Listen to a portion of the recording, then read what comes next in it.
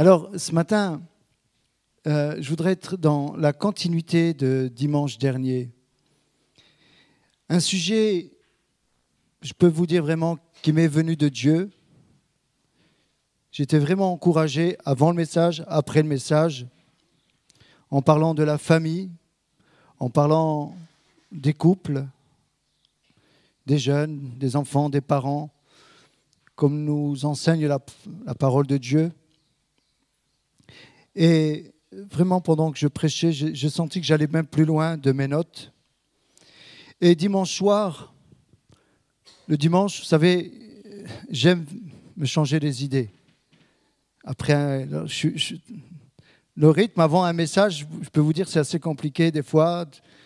Ça commence très tôt, la préparation, la prière. Et quand le culte commence, je suis déjà fatigué la journée. Vous voyez, pour vous dire, l'effort se fait avant. Et le dimanche, j'aime bien être cool, avec mon épouse, on se regarde un petit film chrétien ou un petit film rigolo. Et là, dimanche, avant, Saint-Esprit me conduit, prend la parole de Dieu. J'aime pas étudier le dimanche soir la parole de Dieu. Allez, encore une fois, je préfère me lâcher un peu. Le Saint-Esprit me parle. Je crois que c'est la première fois que ça m'est arrivé comme ça.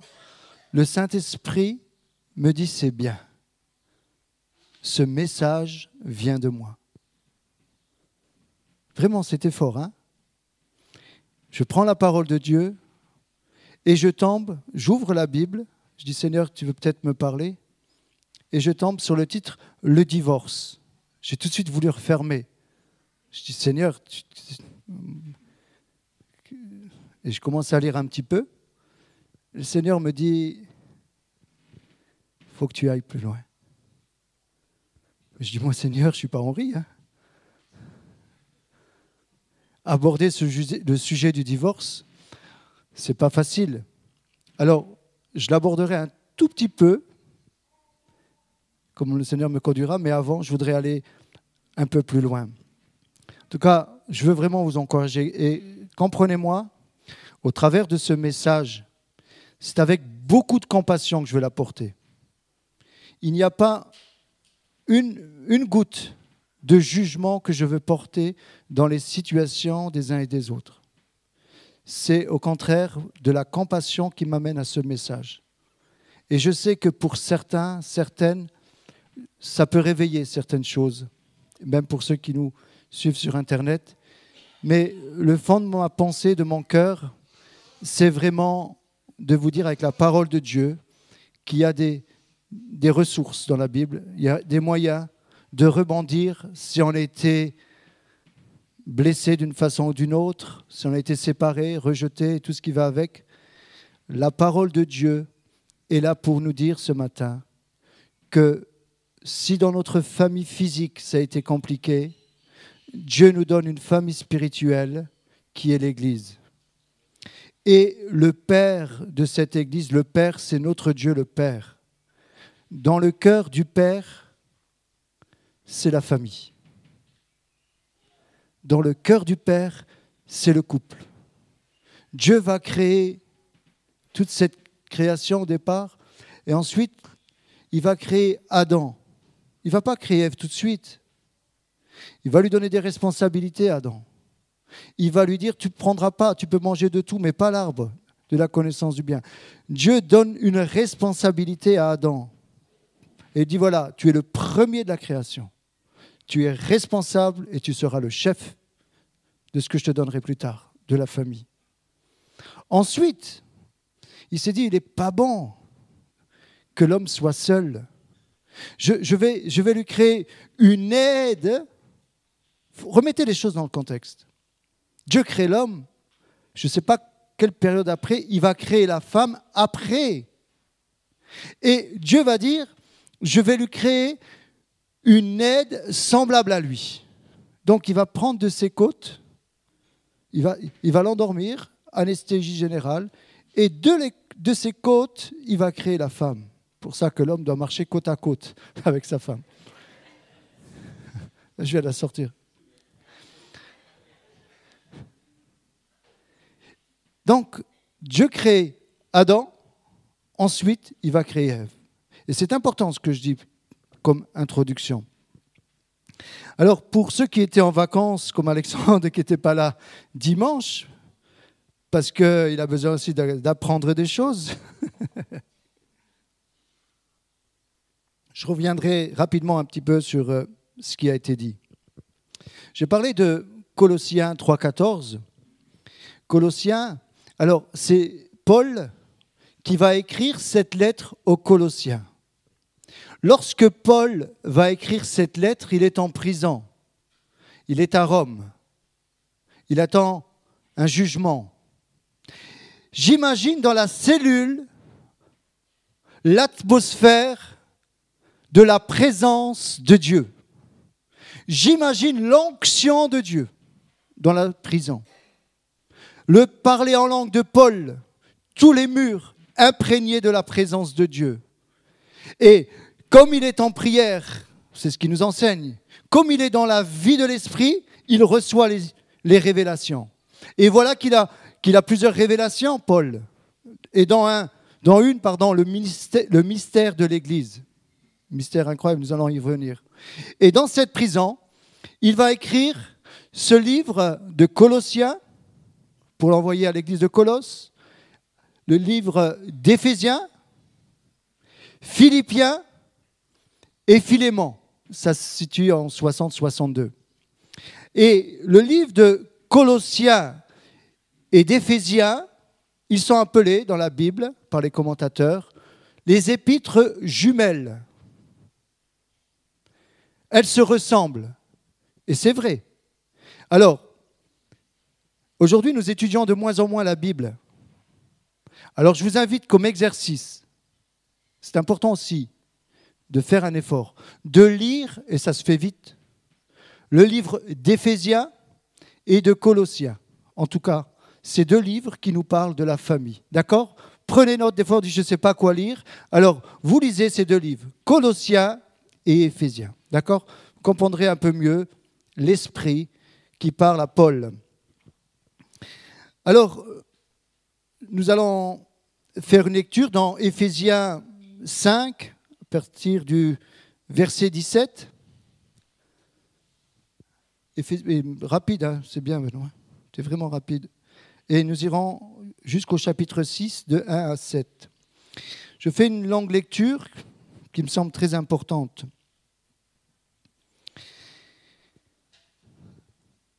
C'est la Bible, hein. Je fais que lire la Bible. Des fois, on n'est pas d'accord, mais en fait, on n'est pas d'accord avec la Bible, parce que souvent, les prédicateurs essayent de dire simplement ce que dit la Bible. C'est pourquoi ne soyez pas inconsidérés, mais comprenez quelle est la volonté du Seigneur. Ne vous enivrez pas de vin, c'est de la débauche. Soyez au contraire remplis de l'esprit. Entretenez-vous par des psaumes, par des hymnes et par des cantiques spirituels, chantant et célébrant de tout votre cœur les louanges du Seigneur. Rendez continuellement grâce pour toutes choses à Dieu le Père, au nom de notre Seigneur Jésus-Christ. Vous soumettant, on oublie ça, hein, les uns aux autres dans la crainte de Christ. Et là maintenant on peut lire. Amen. On commence toujours la lecture par là, mais j'ai voulu venir un petit peu avant pour qu'on puisse mieux comprendre le contexte. Femmes, soyez soumises à vos maris comme au Seigneur, car le mari est le chef de la femme comme Christ est le chef de l'Église, qui est son corps et dont il est le sauveur. Or, de même que l'Église est soumise à Christ, les femmes aussi doivent l'être à leur mari en toutes choses. Marie, aimez vos femmes comme Christ a aimé l'Église et s'est livré lui-même pour elle, afin de la sanctifier par la parole après l'avoir purifiée par le baptême d'eau, afin de faire paraître devant lui cette Église glorieuse, sans tache, ni ride, ni rien de semblable, mais sainte et irrépréhensible. C'est ainsi que les maris doivent aimer leurs femmes comme leur propre corps. Celui qui aime sa femme s'aime lui-même. Car jamais personne n'a haï sa propre chair, mais il la nourrit et en prend soin, comme Christ le fait pour l'Église. Parce que nous sommes membres de son corps. C'est pourquoi, Esprit de Dieu, l'homme quittera son père et sa mère et s'attachera à sa femme, et les deux deviendront une seule chair. Ce mystère est grand. Je dis cela par rapport à Christ et à l'Église. Du reste, que chacun de vous aime sa femme comme lui-même, et que la femme respecte son mari. Enfants, obéissez à vos parents selon le Seigneur, car cela est juste. Honore ton père et ta mère, c'est le premier commandement avec une promesse, afin que tu sois heureux et que tu vives longtemps sur la terre. Et vous, pères, n'irritez pas vos enfants, mais élevez-les en les corrigeant et en les instruisant selon le Seigneur. Serviteurs, obéissez à vos maîtres selon la chair, avec crainte et tremblement, dans la simplicité de votre cœur, comme à Christ. Non pas seulement sous leurs yeux, comme pour plaire aux hommes, mais comme des serviteurs de Christ qui font de bon cœur la volonté de Dieu. Amen. Amen. Je le disais, pour bien comprendre ces lectures, il faut lire avant. Et lorsque nous lisons avant, il est question, et Paul nous dit, de nous revêtir de l'homme nouveau. Paul a cela en révélation. Il dit, pour vivre ces choses, votre vieille nature, votre vieil homme, cette nature adamique qui est en nous, a besoin de passer par une réelle rencontre personnelle avec Jésus dans la mort et la résurrection, dans la repentance. Et Paul dit, voilà, première chose à faire avant de commencer à parler de ça et de pouvoir arriver à le vivre, commencer à vivre cet homme nouveau. C'est-à-dire que si avant tu as été sali, si avant tu as été abusé, si avant tu as été trompé, si avant on t'a frappé, si on t'a insulté, aujourd'hui en Christ tu es une nouvelle création. Et les choses du passé sont passées, appartiennent à la mort. Parce que dans le baptême, on signe cet acte de mort et de résurrection. On doit passer par le baptême qui spirituellement nous explique que notre vieil homme va rester dans l'eau et tous les péchés vont être enfouis au plus profond des mers. Et ensuite, on revêt cette nouvelle identité en Christ, cet homme nouveau. Et ensuite, dans cet homme nouveau, Christ en nous rend capables de grands exploits, de pouvoir aimer même nos ennemis. Christ en nous, le nouvel homme en nous, va nous rendre capables d'aimer avec l'amour agapéo, c'est-à-dire cet amour inconditionnel. On n'est plus dans le conditionnel. On ne met plus une carotte devant, là. Ou on ne cherche pas qu'à un intérêt. L'amour agapéo, c'est l'amour, je t'aime parce que je t'aime, parce que je t'ai choisi, parce que Dieu t'a voulu, parce que moi je t'ai voulu, et parce que je t'aime, je vais m'engager avec toi jusqu'au bout. Sans condition. Parce que nous avons contracté une alliance, maintenant je reste dans cette alliance. Déjà, dans l'Ancien Testament, il était question de l'époux et de l'épouse. Je le disais dimanche dernier, important de faire ce parallèle de l'époux et de l'épouse. Pour ceux qui n'étaient pas là, je disais que nous pouvons lire dans la parole de Dieu que l'époux, c'est Jésus, l'épouse, c'est l'Église. Et dans cette réalité physique, il y a une réalité spirituelle. Dans Jésus est le chef et l'Église est l'épouse. Donc le mari, c'est Jésus, dans ce parallèle, et l'épouse, c'est l'Église.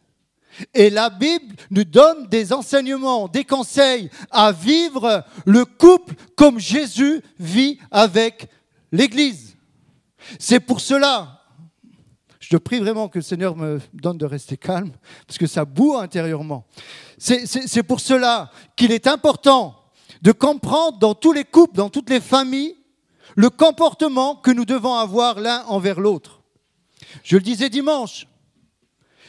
Est-ce que tu as déjà insulté Jésus? Est-ce qu'il y en a parmi nous qui peuvent se permettre d'insulter Jésus? En tout cas, ce n'est pas mon cas.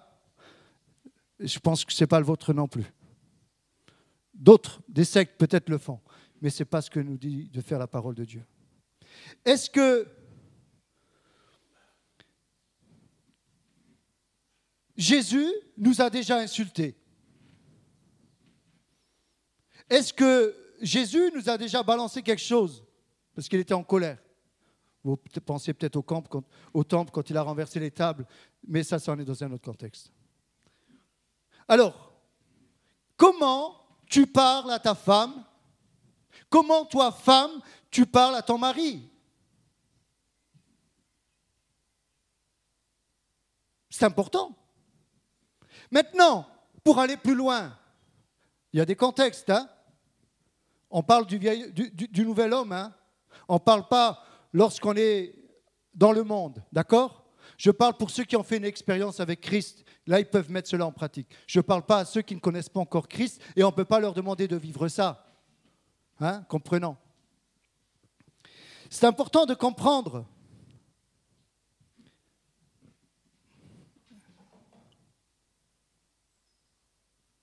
Excusez-moi, je me mets à l'aise, permettez. Il fait chaud. Je crois que j'ai chaud aussi. Mais, vous savez, je me dis que je suis un peu trop naïf.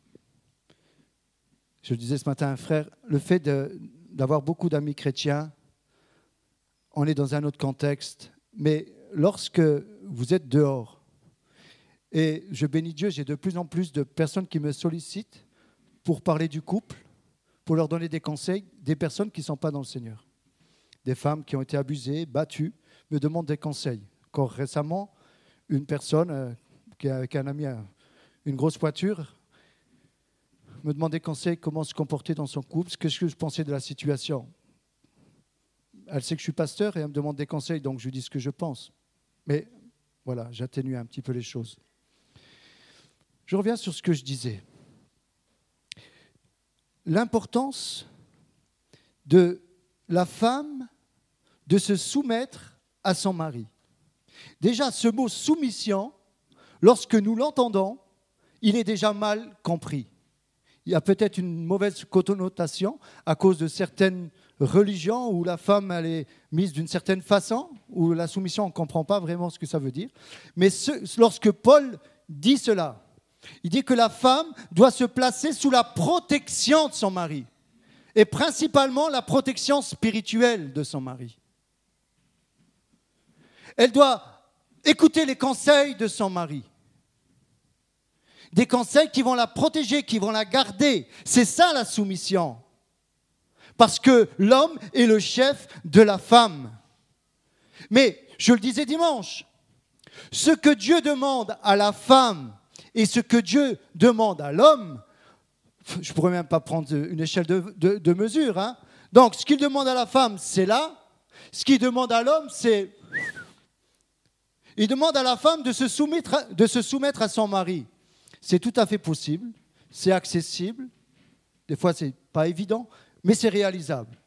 Maintenant, nous les maris, comment voulez-vous qu'on aime notre femme comme Christ a aimé l'Église et s'est livré pour elle? Moi, on n'arrive même pas à la cheville, même pas au début de la semelle. Quel exemple Jésus nous donne en disant, voilà, moi je suis le chef de l'Église, prenez modèle sur moi, vous les maris. Parce que la femme a une fragilité. Je vous ai donné à vous d'être plus robuste, protecteur. C'est ça un chef. Je le disais la semaine dernière. Dieu a voulu que l'homme soit le chef de la femme. Comme Christ est le chef de l'Église. C'est important qu'il y ait un chef. Un chef, c'est quelqu'un qui nous protège. Et lorsque ça ne va pas, c'est le chef qui est appelé au bureau. Vous comprenez? Le chef est appelé au bureau quand ça ne va pas. Si toi, Marie, tu te comportes mal, tu es appelé au bureau du Saint-Esprit. Parce que le Saint-Esprit, quand il te demande d'être le chef, c'est pas ça un chef. Tu n'es pas un petit Napoléon. Hein. C'est pas parce que tu as un peu de grade là, que tu vas commencer à te la ramener. Là. Quelqu'un qui aime sa femme, c'est un plaisir de se placer sous son aile. Parce que ça se fait dans l'amour. Demandez à une femme d'aller changer des tuiles. C'est compliqué. C'est l'homme. Demandez à une femme d'aller sortir les poubelles, d'aller déboucher les toilettes, d'aller faire toutes ces choses-là. Dieu a dit non, c'est toi le chef, c'est toi qui vas t'occuper de ces tâches-là. La femme, elle va préparer des bons petits plats, elle est un peu plus menue, elle aime bien, elle est peu... Hein? Faut pas la... OK? Dieu a voulu les deux, l'équilibre, la complémentarité. Mais c'est beau le couple. C'est beau le couple selon Dieu. Maintenant, écoutez bien. Je le disais la semaine dernière, mais on le relit aussi dans Éphésiens. Et là, il va plus loin, Paul. Il va dire que les dominations et les puissances désirent connaître. Dieu veut, en réalité, Dieu veut faire connaître sa sagesse infiniment variée au travers de la famille, au travers de l'Église. À qui? Devant les puissances. Mais aussi devant les anges. Les anges ne savent pas c'est quoi la famille. Ils ne sont pas mariés. On ne sait pas s'ils ont un sexe. Les anges ne connaissent pas la grâce, ne connaissent pas la famille. Les dominations, le monde démoniaque. Dieu dit, je vais leur enseigner quelque chose à ces démons-là. Ils vont comprendre ce que c'est la famille, ce qu'est l'Église. Parce que la famille, c'est la première Église, on est d'accord. Parce que la famille, c'est l'époux, l'épouse. C'est Jésus et l'Église. Donc, imaginez aujourd'hui l'enjeu spirituel sur la famille. C'est pour cela que l'on voit les familles qui sont, comme je disais la dernière fois, ils sont criblés par Satan. Et tout est fait pour séduire la famille, pour casser la famille.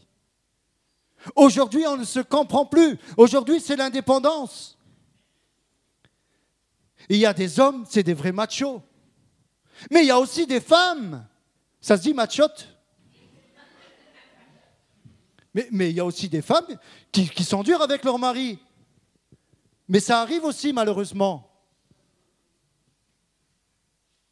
Et c'est important de comprendre que cela est dû parce qu'il n'y a pas cette révélation de l'amour de Dieu. Et lorsqu'on passe par la repentance, ensuite, on va être capable de pouvoir aimer. Je vais plus loin.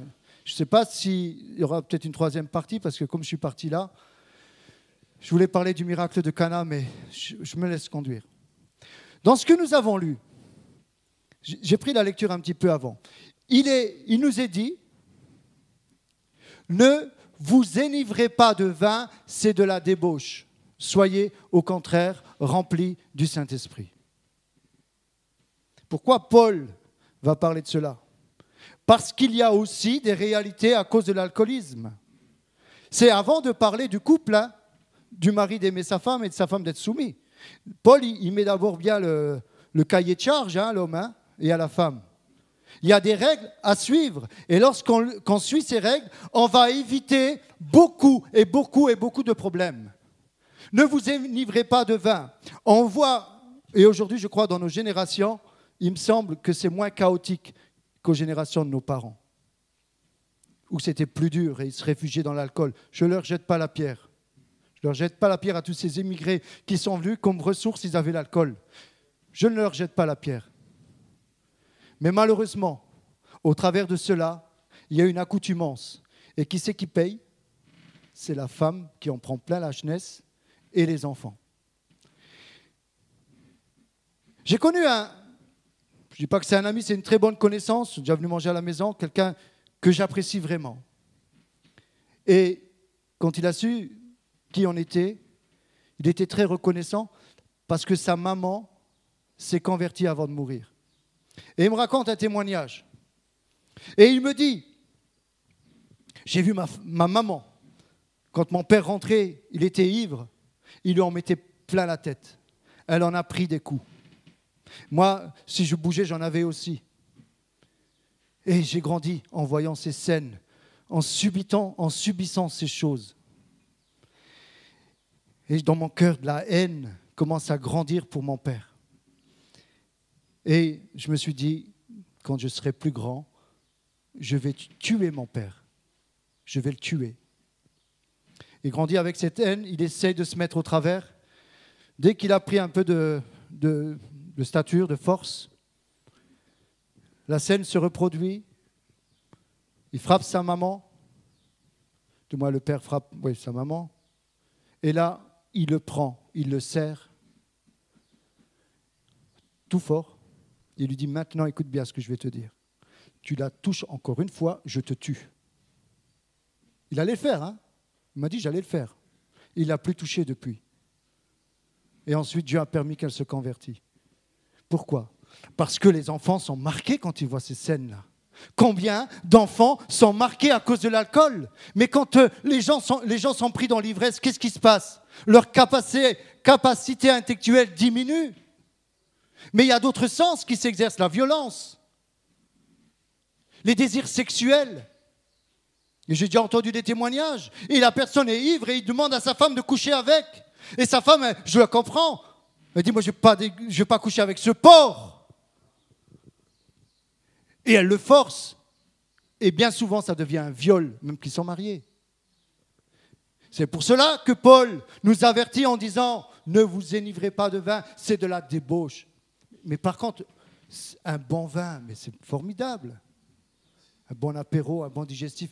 Ce n'est pas le problème. Le problème, c'est la quantité. Ce n'est pas le rhum. Non, parce qu'il aime bien le rhum.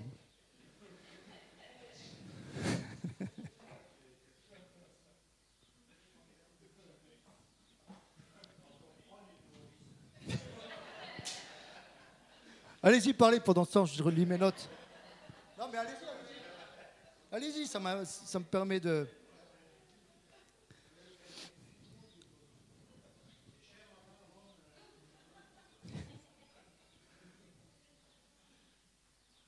Alors la femme doit être soumise à son mari. Vous savez pourquoi ? Parce qu'elle voit en lui un représentant de Christ. Dieu a voulu cela. C'est tellement beau de vivre cette réalité. J'aimerais te dire ce matin, toi qui as vécu des choses difficiles par rapport au couple, toi qui peut-être as dû divorcer à cause d'adultère, et la Bible comprend cela. Dieu n'aime pas le divorce. Mais à cause de l'adultère, il peut y avoir des situations de divorce. Si une femme est frappée par son mari et elle risque la vie, moi je lui dis, tu vas tout de suite à la police. Et d'ailleurs, je lance un appel, s'il y en a qui vivent des situations compliquées, dramatiques, il y a aujourd'hui de très bonnes associations pour défendre les femmes ou les hommes battus. C'est important. C'est important de comprendre toutes ces choses.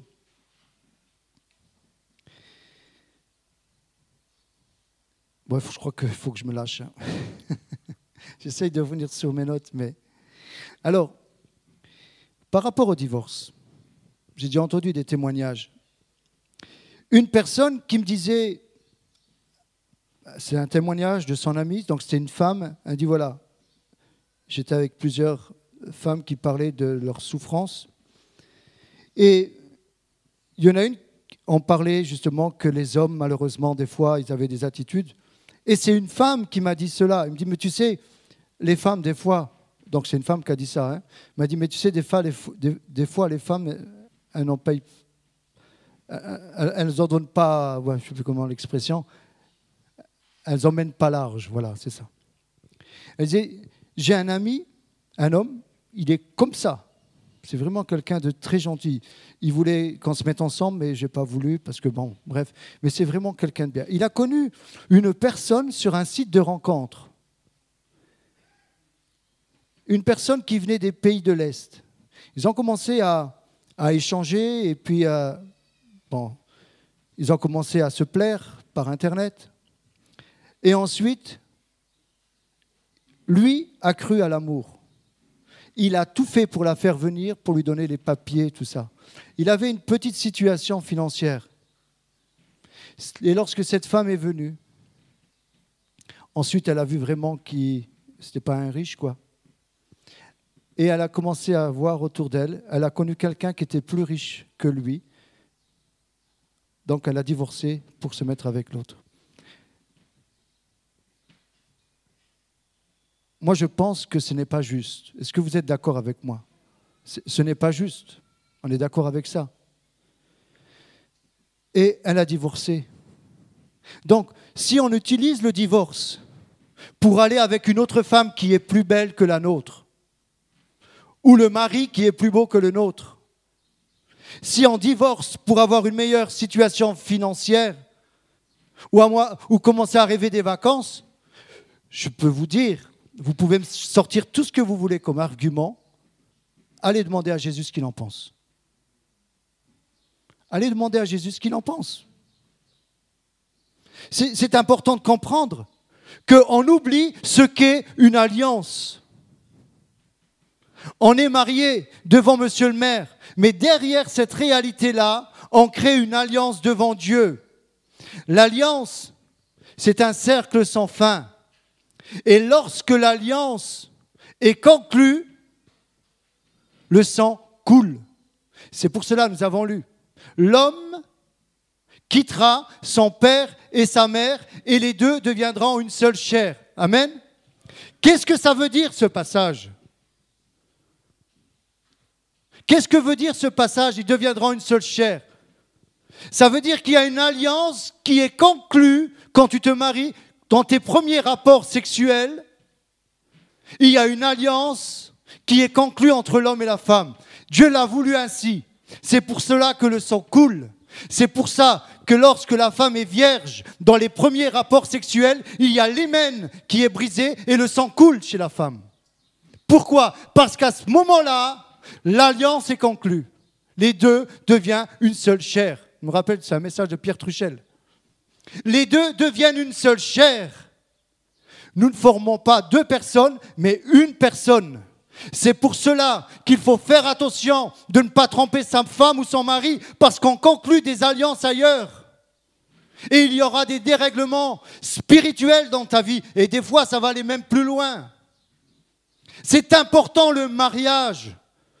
C'est tellement important que le diable, il envoie ses démons de plus en plus. Allez, là, il y a un beau couple, là, va le détruire. Là, il y a une belle famille, allez, va le détruire, va le détruire, va le détruire. Je ne supporte pas le mariage, je ne supporte pas les couples, je ne supporte pas l'amour, je ne supporte pas les relations des enfants avec les parents, des parents avec les enfants. Allez-y, mes démons, allez-y. Je vais vous donner des outils. Je vais vous donner, vous allez voir, avec ça, vous allez faire plein d'adeptes. Vous allez sur un site de rencontre. Je vais vous donner maintenant une belle invention, Internet. Mais allez voir les milliards qui sont générés par la pornographie. Mais ceux qui vont sur ces sites, et si c'est le cas de certains, éloignez-vous. Pourquoi? Parce qu'à ce moment-là, vous alimentez les démons d'impureté. Vous alimentez ces démons d'impureté. Ça leur donne plus de force. Et des fois, ils peuvent rentrer chez vous par la télé, par l'ordinateur. Par un écran TV, vous pouvez regarder des films pornographiques, les démons peuvent rentrer par la télé. Mais il y a des réalités, mais on est à côté de la plaque. Nous n'avons pas à lutter contre la chair et le sang. Le diable veut détruire la famille. Et si nous ne veillons pas, si nous ne prions pas pour les couples, pour la famille, où est l'exemple? Ceux du monde, ils disent, mais c'est ça les couples chrétiens? Je le dis souvent, chrétien, ça veut dire quelque chose. D'ailleurs, dans la Bible, je crois que deux, trois fois, c'est parlé de chrétien. Mais ce terme chrétien, je le disais la dernière fois, c'est les gens d'Antioche qui ont dit ça, c'est des petits chrétiens. Mais lorsque Jésus parle, il parle des disciples. Les disciples, c'est ceux qui mettent en pratique la parole de Dieu. C'est important de comprendre cela. Et nous avons tous une responsabilité, c'est de prier pour nos enfants, c'est de prier pour nos parents, de prier pour les couples dans l'église, de prier pour les parents, pour les relations des enfants envers les parents. Tout ce qui touche à la famille et dans notre entourage, nous avons dans nos familles des personnes qui sont touchées par ça. L'église doit être là pour se lever dans la prière. Et je bénis Dieu pour cette parole prophétique qui m'a amené à ce message. Parce que l'Esprit est au milieu de nous et veut nous avertir et veut nous dire, prépare-toi dans la prière, il y a un combat à livrer. Il y a un combat, combien de vies sont brisées. Et les enfants, qu'est-ce qu'ils ont demandé ces pauvres gosses pour voir dans le lit de leur père un autre homme, ou l'inverse, hein. Vous savez, j'étais dans la marine, je ne me suis pas engagé. Je me rappelle de ce témoignage, c'était le porte-avions Clémenceau à l'époque. Il était parti pour une mission. Alors, quand ils partent, il y a vraiment la musique sur le port. C'est vraiment, il y a un orchestre qui est là quand ils partent pour une longue mission. C'est les adieux, on prend les mouchoirs, tu vas me manquer. Là, c'est les femmes qui disent tu vas me manquer, parce que généralement, c'est des marins. Il n'y a pas beaucoup de marinettes, hein, mais la plupart, c'est des marins. C'était, je crois, un gradé qui m'avait raconté ça, donc ça ne vient même pas de moi. Le porte-avions part en mer, il y a une grosse panne moteur. Au bout de 2-3 jours, ou un peu plus, le porte-avions a dû revenir à Toulon. Et là, il y a certaines vérités qui se sont révélées et beaucoup de divorces qui ont suivi. Mais d'abord, il y avait les larmes. Hein. Pour cela que Paul nous dit, renoncez au mensonge. Vous savez que le père du mensonge, c'est le diable. Et lorsqu'il commence à avoir une vie extra-conjugale, c'est tout de suite le mensonge qui prend le dessus. Je vais vous donner un témoignage qui m'a marqué, je l'ai déjà donné, avec le mensonge. J'ai eu ce privilège de travailler pendant une période de soins palliatifs. J'accompagnais avec un ami, Nico, une personne. Et il m'a dit, occupe-toi-en. OK ? Cette personne avait le cancer des os. Elle était en phase terminale. Et Nico, il vient me voir et me dit, écoute, il y a une confession là, il faudrait que... Bon, voilà, on s'est occupés tous les deux de ce problème. Il me dit, voilà, son mari est là, il l'aime vraiment. Mais en fait, elle a un enfant qui ne vient pas de lui. Mais lui, il ne le sait pas. Et là, elle était en train de mourir et elle ne pouvait plus porter ce péché tout seul. Elle avait besoin de le confesser. La Bible dit, « Tant que je me suis tu, mes os se consumaient. » Le mensonge, à un moment, était devenu insupportable, a déclenché une maladie, une mort. Il y a des réalités. Certains ont un double jeu, mais ils pensent que ça peut tenir. Tôt ou tard, les choses seront dévoilées. T'inquiète pas. Le diable, il s'appelle le malin. S'il te fait un piège, tôt ou tard, il se refermera sur toi. Vous croyez qu'il vous aime, le malin? Mais il vous déteste. Il vous met un piège, et une fois que c'est divorcé, il dit, ben, c'est un problème, hein. C'est un problème. Mais Jésus dit, voilà comment vous devez prier. Quand vous priez, dites, notre Père qui est aux cieux, ne nous laisse pas séduire, ne nous laisse pas rentrer dans la tentation, mais délivre-nous du malin. Garde-nous quand ça chauffe. Garde-nous dans la tentation. C'est pour cela que celui qui est debout prenne garde de tomber. Tu aimes les belles femmes? Mais le diable, il va te mettre des canons. C'est comme ça qu'on dit. Tu aimes un bel homme? Mais il va te mettre un mannequin. S'il peut te faire tomber. Tu aimes quelqu'un de riche? Mais il va te mettre quelqu'un de riche sur la... Je sais que ce n'est pas ton cas. Hein.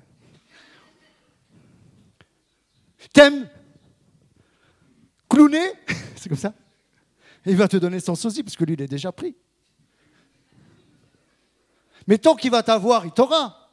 Ce qui compte, c'est que tu divorces. Et puis ça fera un de plus. Une famille détruite en plus. Je terminerai simplement, et je crois que je ferai une suite, en disant la chose suivante. Aujourd'hui, il y a une bonne nouvelle. Avec tout ce que j'ai dit. Je vous ai peut-être assommé, maintenant redressez-vous. On va vous faire du bouche à bouche.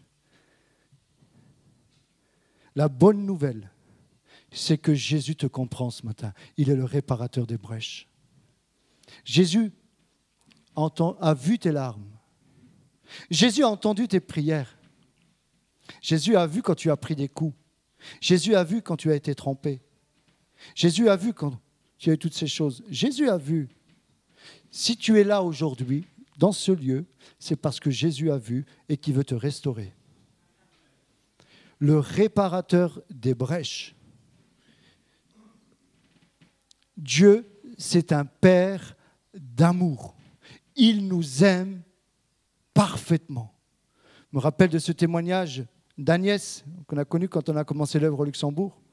La première fois, dans notre petite rencontre, on a parlé, je crois que c'était Jean-Pierre, hein, pasteur, qui avait parlé de l'amour du Père. Parce qu'il parlait de l'amour du Père. Elle a commencé à s'effondrer. Elle a commencé à s'effondrer. Parce que pour elle, le Père, ce n'était pas le Père céleste. Et quand on disait Père, ça lui a rappelé, malheureusement, beaucoup de souffrances. Et ça a été compliqué. Grâce à Dieu, elle s'en est sortie après. Elle a été guérie. Mais le Père, aujourd'hui, peut-être, tu n'as pas ce bon modèle chez toi. Mais prie pour qu'il change. Mais en tout cas, une chose est sûre, c'est que ton Père céleste est parfait. Et il t'aime comme tu es. Et il veut te faire découvrir son amour. Le Père céleste est parfait. L'Église de Jésus-Christ. Nous devons être des frères, des sœurs. Et être là pour ceux qui sont dans la souffrance. Et essayer de faire un bout de chemin avec eux, sans les juger. Qui es-tu, toi, qui juges? Tu ne sais pas, on ne sait même pas ce que les gens peuvent vivre. Une chose est sûre, on ne doit pas les condamner. On doit les aimer. C'est notre rôle. Quelles que soient les personnes, homo ou pas homo, ou hétéro, ceux qui viennent, on doit les aimer tels qu'ils sont. Et ensuite, leur proposer cet amour du Père. Parce que dans beaucoup de cœurs, il y a beaucoup de souffrance. Il y aura une troisième suite. La troisième suite, c'est les moyens aujourd'hui de repartir dans notre couple, dans notre mariage. Et ça sera le thème de la prochaine fois. Donc, pas dimanche prochain, mais dans 15 jours, je donnerai ensuite des clés, des ressources. Et on pourra prier aussi pour ceux qui ont besoin d'une guérison intérieure. Alors ce matin, encore une fois, j'ai des instruments. Si j'ai peut-être soulevé certaines choses, des souffrances, des souvenirs, notre désir, c'est de vous dire que Dieu vous aime, il veut vous restaurer. Et peut-être tu as mis une croix sur l'amour, mais j'aimerais te dire, tu peux découvrir le vrai amour, mais l'amour agapéo, l'amour sans condition. Peut-être tu es célibataire, je te donne un conseil. Prie pour avoir une femme ou un homme qui a ces valeurs-là, chrétiennes. Sinon, ça sera compliqué. Parce que la parole de Dieu nous dit, si l'Éternel ne bâtit sa maison, celui qui travaille, travaille en vain. C'est important. Peut-être tu es marié, quelqu'un qui n'est pas encore au Seigneur. Prie pour lui. Je terminerai avec cette pensée-là. C'est Pierre. Pierre était marié, l'apôtre Pierre. Écoutez, Pierre va dire également, femmes, soyez soumises à vos maris. Mais il va plus loin. Je vais vous dire précisément ce verset. 1 Pierre 3.1. On va le lire ensemble. Et je termine là-dessus. 1 Pierre 3.1.